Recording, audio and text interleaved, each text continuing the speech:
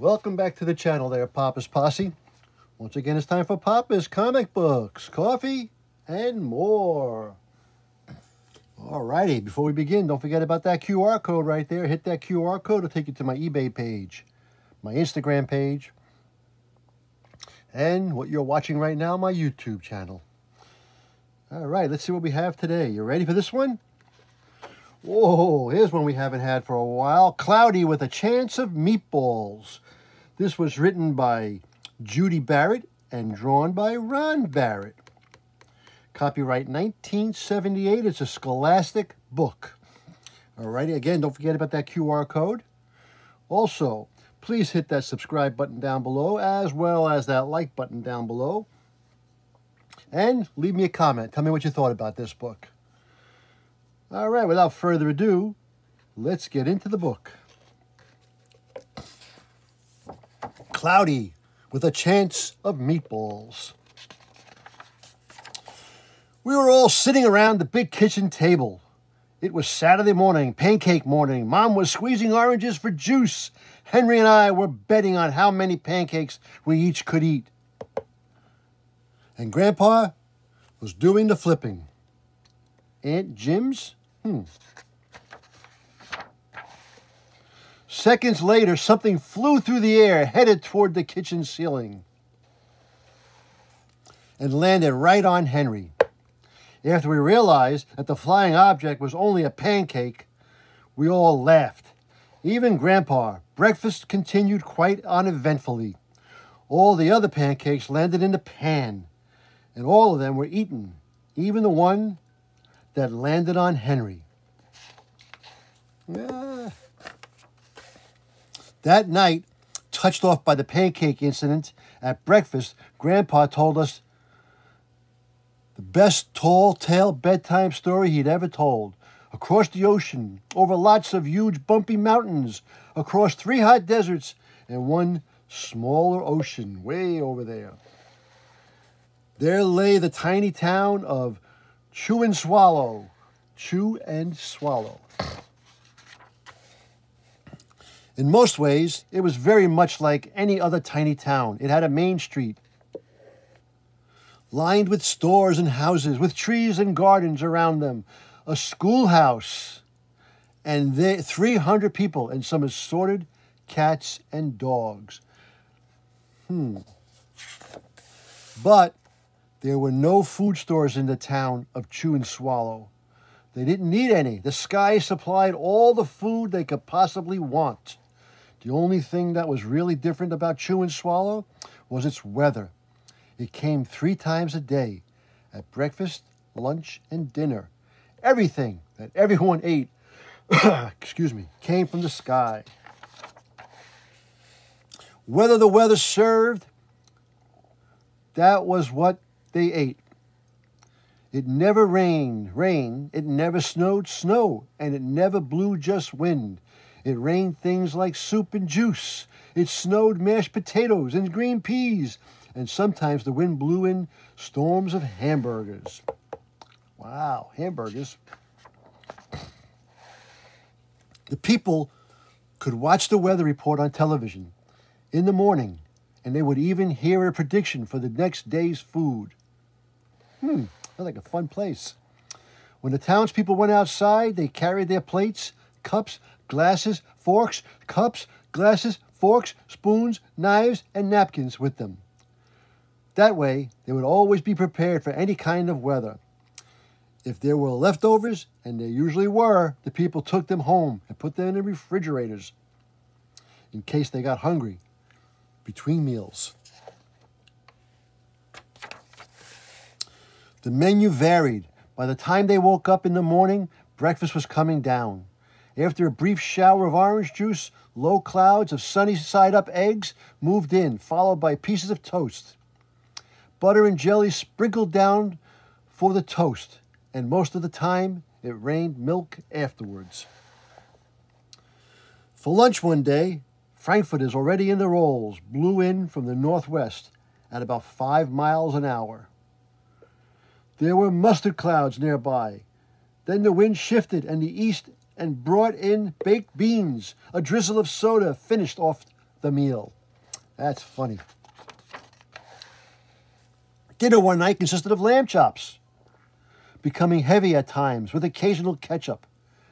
Periods of peas and baked potatoes were followed by gradual clearing with a wonderful Jell-O setting in the West. The sanitation department of Chew and Swallow had a rather unusual job for a sanitation department. It had to remove the food that fell on the houses and sidewalks and lawns. The workers cleaned things up after every meal and fed all the dogs and cats. Then they emptied some of it into the surrounding oceans for the fish and turtles and whales to eat. The rest of the food was put back in the earth so that the soil would be richer for the people's flower gardens. Okay. Life for the townspeople was delicious until the weather took a turn for the worse. Spaghetti ties up town. Oh no. One day, there was nothing but gorgonzola cheese all day long. The next day, there was only broccoli, all overcooked. And the next day, there were Brussels sprouts and peanut butter with mayonnaise. Ugh. Another day, there was a pea soup fog. No one could see where they were going, and they could barely find the rest of the meal that got stuck in the fog. The food was getting larger and larger, and so were the portions. The people were getting frightened. Violent storms blew up frequently. Awful things were happening. One Tuesday, there was a hurricane of bread and rolls all day long into the night. There were soft rolls and hard rolls, some with seeds and some without. There was white bread and rye, whole wheat toast. Most of it was larger than they had ever seen bread and rolls before. It was a terrible day.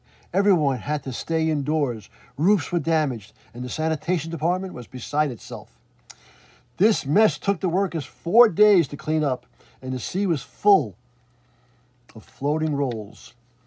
To help out, the people piled up as much bread as they could in their backyards. The birds picked at it a bit, but it just stayed there and got staler and staler.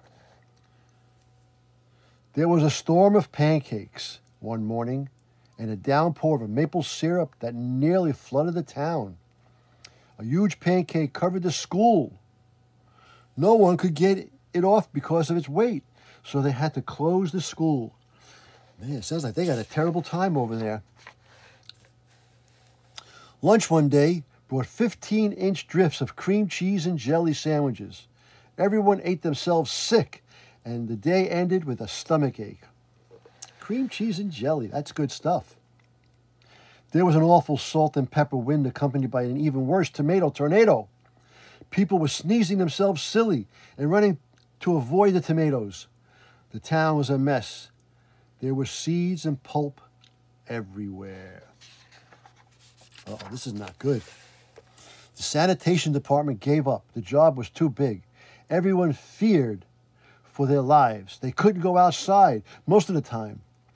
Many houses had been badly damaged by giant meatballs.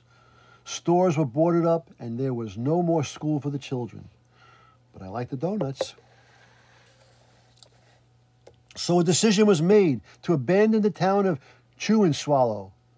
It was a matter of survival.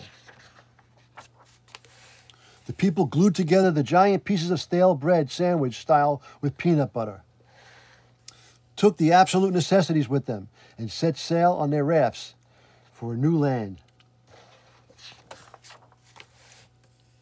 After being afloat for a week, they finally reached a small coastal town which welcomed them. The bread had held up surprisingly well enough for them to build temporary houses for themselves out of it.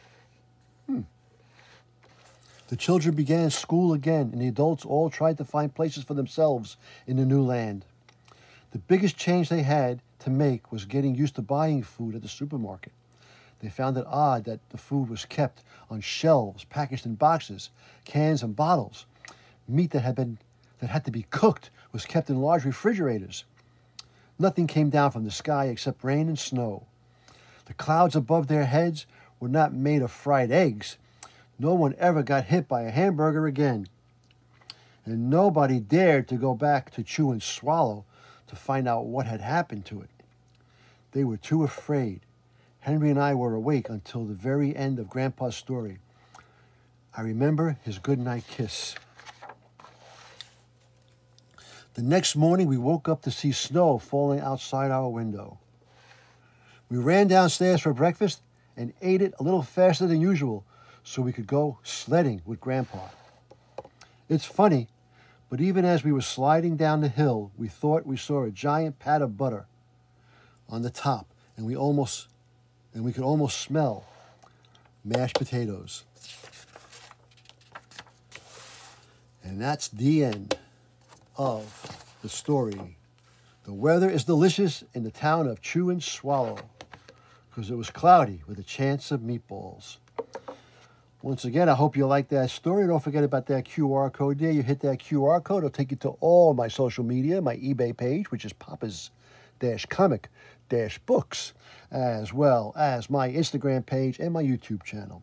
Please don't forget to hit that like button down below. Please don't forget to hit that subscribe button down below and leave me a comment. Tell me what you thought about this book, okay? Alrighty. Well, as Papa and Grandpa always say, that was easy. Until next time, Papa is out.